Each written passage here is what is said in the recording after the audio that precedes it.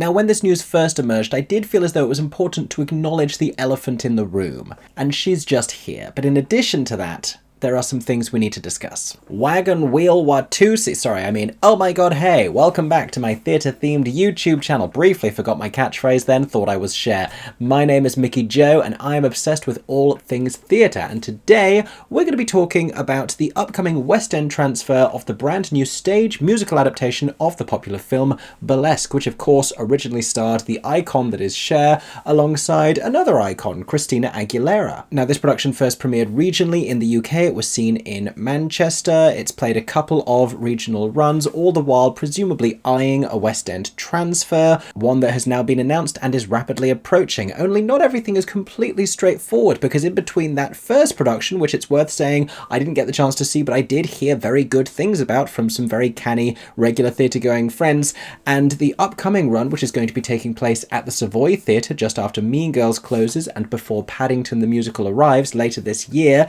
there has been an entire change of creative team, which I would be lying if I didn't characterize as something of a red flag. But we're going to get into this. We're going to talk about everything we know so far about Burlesque and why exactly it is that previous director Nick Winston may have departed the production, and one of the show's original stars, Todrick Hall, is now additionally serving as director. That is what we are going to be talking about in today's Theatre News Recap, and as always, I'm very intrigued to know what you think about this whole situation as well. Did you see Burlesque previously during its out-of-town run? Do you have plans to see it once it's in London? We need somebody who saw that version to go and see the new one to compare and contrast, because when you completely change the creative team, odds are you're going to end up with a pretty different show. In any case, there is plenty for us to talk about here, much of which is information that has already been made publicly available, and anything in addition to that is speculative and is alleged. Please don't sue me, I'm just talking about musicals on the internet. Anyway, if you want to stay up to date with all of the West End and Broadway theatre news, make sure you're subscribed right here on YouTube or following me on podcast platforms or other social media platforms. Now let's talk about Burlesque.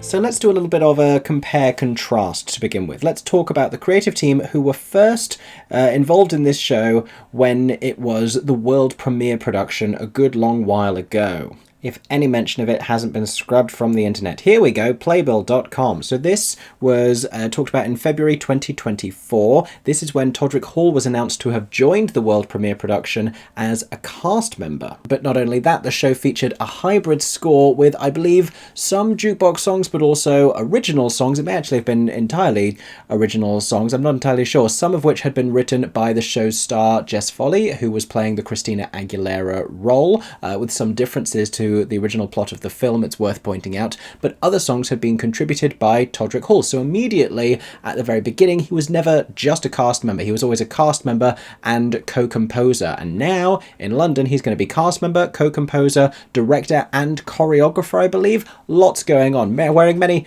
different hats, you might say. But back then it was Nick Winston at the helm. Here you go, here is the full writing team. Songs by Christina Aguilera as well as Sia, Diane Warren, Todrick Hall and Jess Foley. With the book penned by Stephen Antin, who had also written the screenplay for the film and is also very involved as a producer. And additional material by Kate Weatherhead, who has also recently written the book for another film-to-stage adaptation, The Devil Wears Prada musical. But like I said, this production was initially being directed and choreographed by Nick Winston, whose work you may have seen on a variety of different stages, including the most recent UK tour of Shrek, the sadly short-lived production of Your Lie in April, Bonnie and Clyde in the UK, that was one of his most major productions, and several other shows besides. And alongside him, Sutra Gilmore, accomplished set designer, costume design by Ryan Dawson-Late, whose work was brilliant on My Sons Are Queer But What Can You Do, musical arrangements and orchestrations by Tom Curran, with musical supervision by Phil Bateman,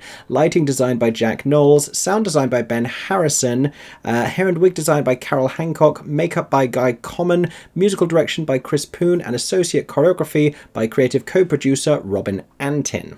with further assistant choreography credited to Libby Watts and assistant direction and choreography to Ryan Lee Sieg. The reason I'm reading out so many names here is because I want to see the extent to which this creative team has changed. It was sort of implied once it was revealed that Todrick was taking over as director that it would be an entirely new team. And if it hadn't been an entirely new team, then this is presumably something that we could have written off as a little bit of a scheduling conflict, but the fact that it is a whole host of new individuals seems to suggest that that is not the case.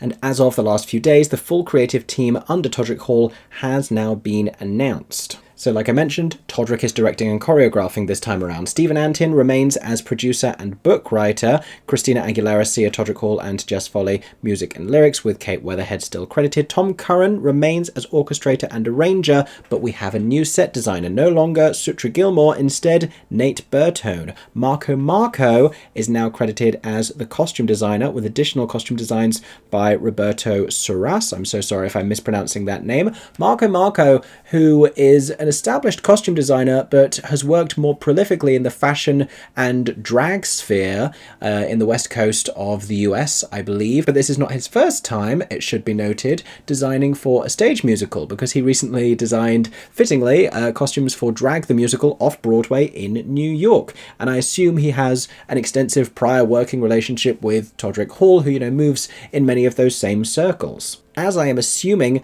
does Aaron Renfrey, who has been brought in now as the new assistant director, resident director, and choreographer, or assistant choreographer, I should say. Rory Beaton as lighting designer, I believe that's a new name as well. Nina Dunn as video designer. Ben Harrison, sound design. Toby Higgins, musical supervision. The casting team is the same, although the cast has changed. Chris Poon remains as musical director. There are in fact a great many names going on here, but evidently a whole host of new people are involved in putting together what is presumably going to be a very new version of the show, which is not something that you see often. It's quite interesting that this is happening. And I think it's a little more frequent of an occurrence in the US rather than in the UK. We don't generally tend to see directors ousted over here and entire creative teams replaced, but it's not unheard of for pre-Broadway productions when they transfer. Listen, it's something that happened in Smash. Do you not remember when Derek left and then bequeathed them his choreography, said they could keep using his choreography, but Tom took over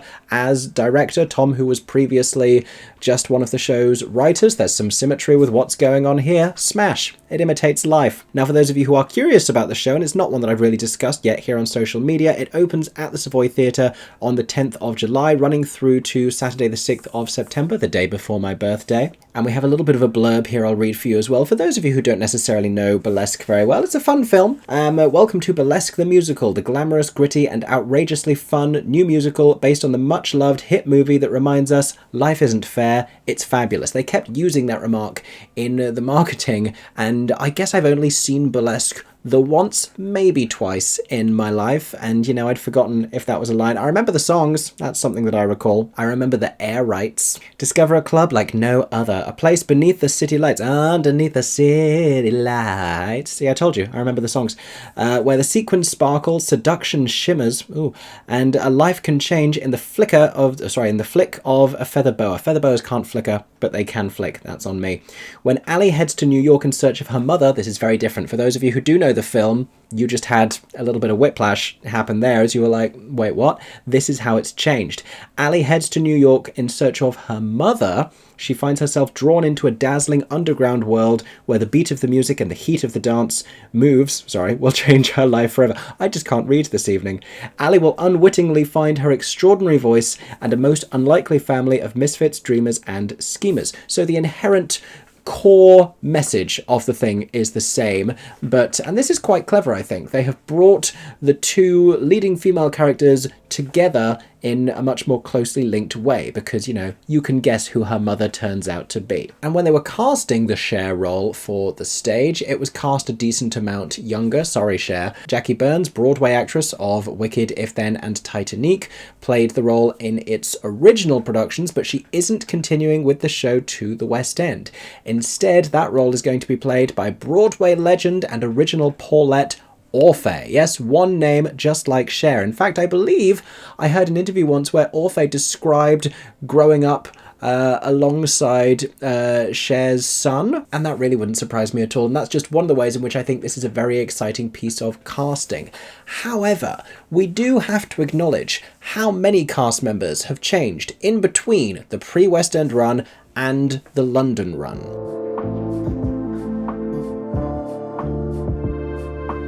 And I really want to get excited about this show, and I really want to encourage people to go and see this show. And like I said, I heard great things about that regional production, but it seems as though this is not necessarily going to be the same show. The writing will be the same, but many other details are going to have changed. And having talked around the whole thing as graciously as I can, it has become evident that a little bit of drama was happening behind the scenes. There is at least one producer who left the show during this time for reasons that were never made publicly clear.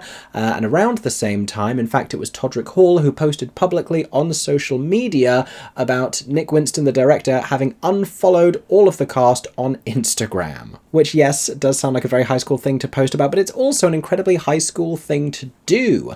And it speaks to some sort of a very strange situation happening there. And so given that that had gone down, it isn't necessarily surprising that Nick Winston may have made the decision himself, rather than being fired, to step away from the production, and perhaps the whole creative team agreed to do so in solidarity, or perhaps they just wanted to go in a different creative direction. Any number of things could have happened here, and it could have been malicious, and it could have not. There's no way for us to know, because, you know, we weren't in those rooms, we weren't in those meetings, we weren't backstage. I wasn't and you weren't. I have heard things about events that took place, and I will say, to Nick Winston's credit, his was not the first name that I heard in conjunction with backstage problems. And before you assume in the comments, it wasn't Todrick Hall's either. I know that Todrick has had a not uncontroversial history, but, you know, none of that has taken place during his work on stage, either on Broadway or with multiple musical theatre roles here in the UK. I saw him in Chicago. He did a great job. He was recently in Shrek,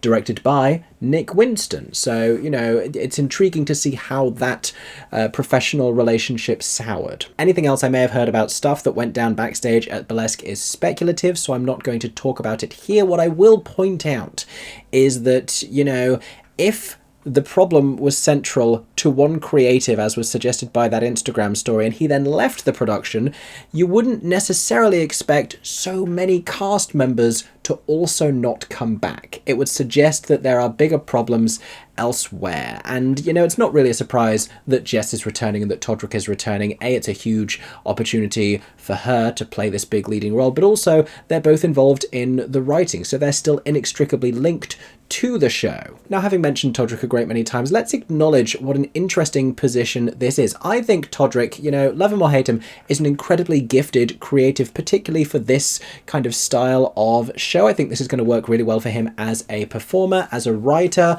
and also as a director choreographer as well. I've seen a Todrick Hall show that he's put together before, and he's got a great eye for this kind of high energy, high choreography entertainment. And I think I would be really excited to see his work on this and have no reservations whatsoever if it weren't also for the fact that he is simultaneously a writer and a principal performer in the show at the same time, and he has brilliant assistants and associates working with him to enable him to do all of these things at the same time. But this is not something, forgive me if I'm wrong here or forgetting something, that we see often in the world of musical theatre. We see it in plays often enough, like Kenneth Branagh loves to direct himself in stuff, but it's not something that you see in like a major new musical with so many different moving pieces that's high energy, that's highly choreographed. And, you know, I'm just hoping that that isn't to the detriment of the production. And I guess for Todrick, it's nothing new, because he's usually directing, choreographing these huge productions, these music videos, these touring shows,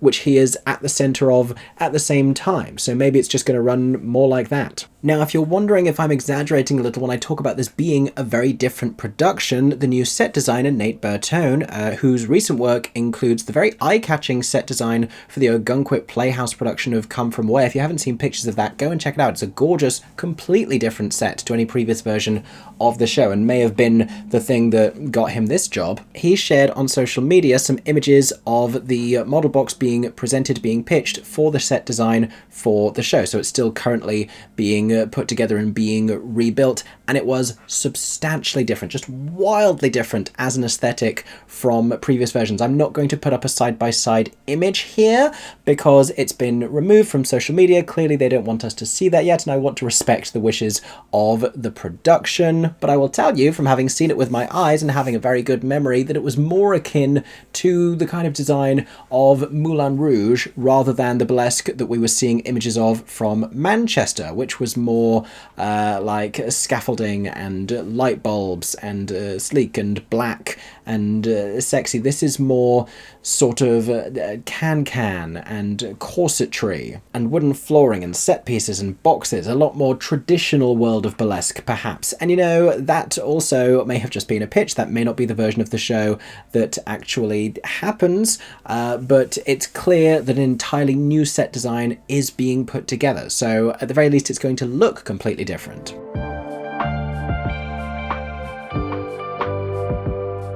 Now let's talk, while we're here, about the new cast members. Like I said, Orfeh is joining the show and I could not be more excited. She is going to sound stunning, absolutely outstanding. I believe that the big song Cher sings in the film You Haven't Seen the Last of Me is still present in the musical. It had better be, just so I can hear Orfeh sing that. Worth the price of admission, I'm telling you. She's stunning. I've never had the chance to see her live, but I've been obsessed for a very long time. And I think this is a great role for her. You know, she's gritty, she's got the voice, she's tough as nails. What a treat for us in the West End. I also think Todrick Hall is great for what seems to be a sort of new interpretation of the character of Sean. He's the Stanley Tucci character, but he's more of an MC, or at least he was in the Manchester version, and with Todrick also directing, I assume he's not going to minimise his own character. Jess Foley as Ali. I did hear her singing a little bit of one of the songs that she had written for the character at the What's on Stage Awards. She's got a great voice.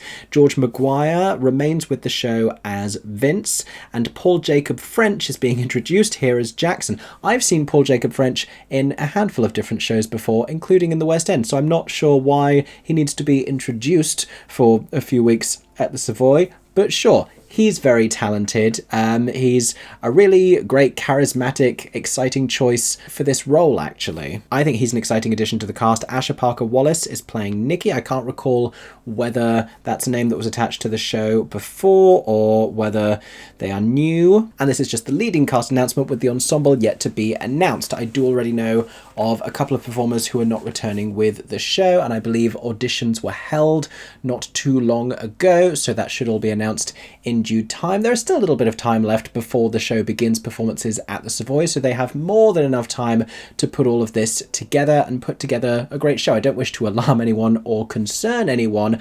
I just think, you know, it's interesting because this is not something that we see often. And much as I'm making it sound dramatic, I'm not really trying to invite a huge amount of speculation here. I have been hearing things about burlesque since, you know, it began rehearsals regionally, even recently, in terms of the nature of how all of the details for the London run came together. I had initially heard that it was going to the London Coliseum prior to The Great Gatsby getting that slot. Then I heard it might be going to the Peacock Theatre, and then subsequently it seems that it may have traded places with another show that was going to be going to the Savoy. That seems like it's going to be announced soon. I'm not going to give you any kind of a hint, but suffice to say you're going to be excited when that one is announced, I think. But with Burlesque, its passage from regional premiere to London has certainly been met with a couple of red flags waving along the way. My hope is that, you know, this is the saving of the show, that it manages to be a smooth, seamless and non-toxic process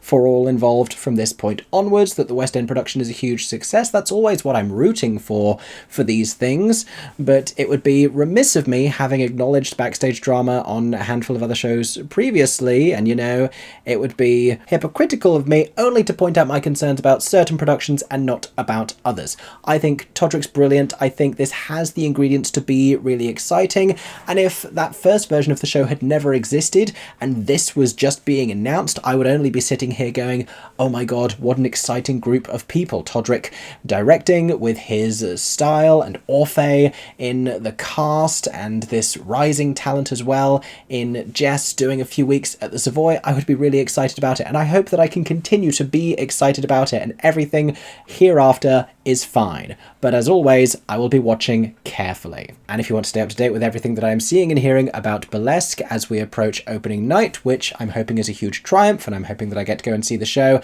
and get to tell you that it's brilliant, make sure that you are subscribed here on YouTube or following me on other social media platforms, including podcast apps. In the meantime, my very best wishes to the cast, creatives, and everyone working on Burlesque at the Savoy Theatre. I wish them nothing but success throughout rehearsals, and I hope you enjoyed listening to my thoughts about it. As always, please feel free to share yours in the comment section down below, particularly if you saw the pre-West End version of the show and or if you're planning on seeing it in London. In the meantime, I hope that everyone is staying safe and that you have a stagey day.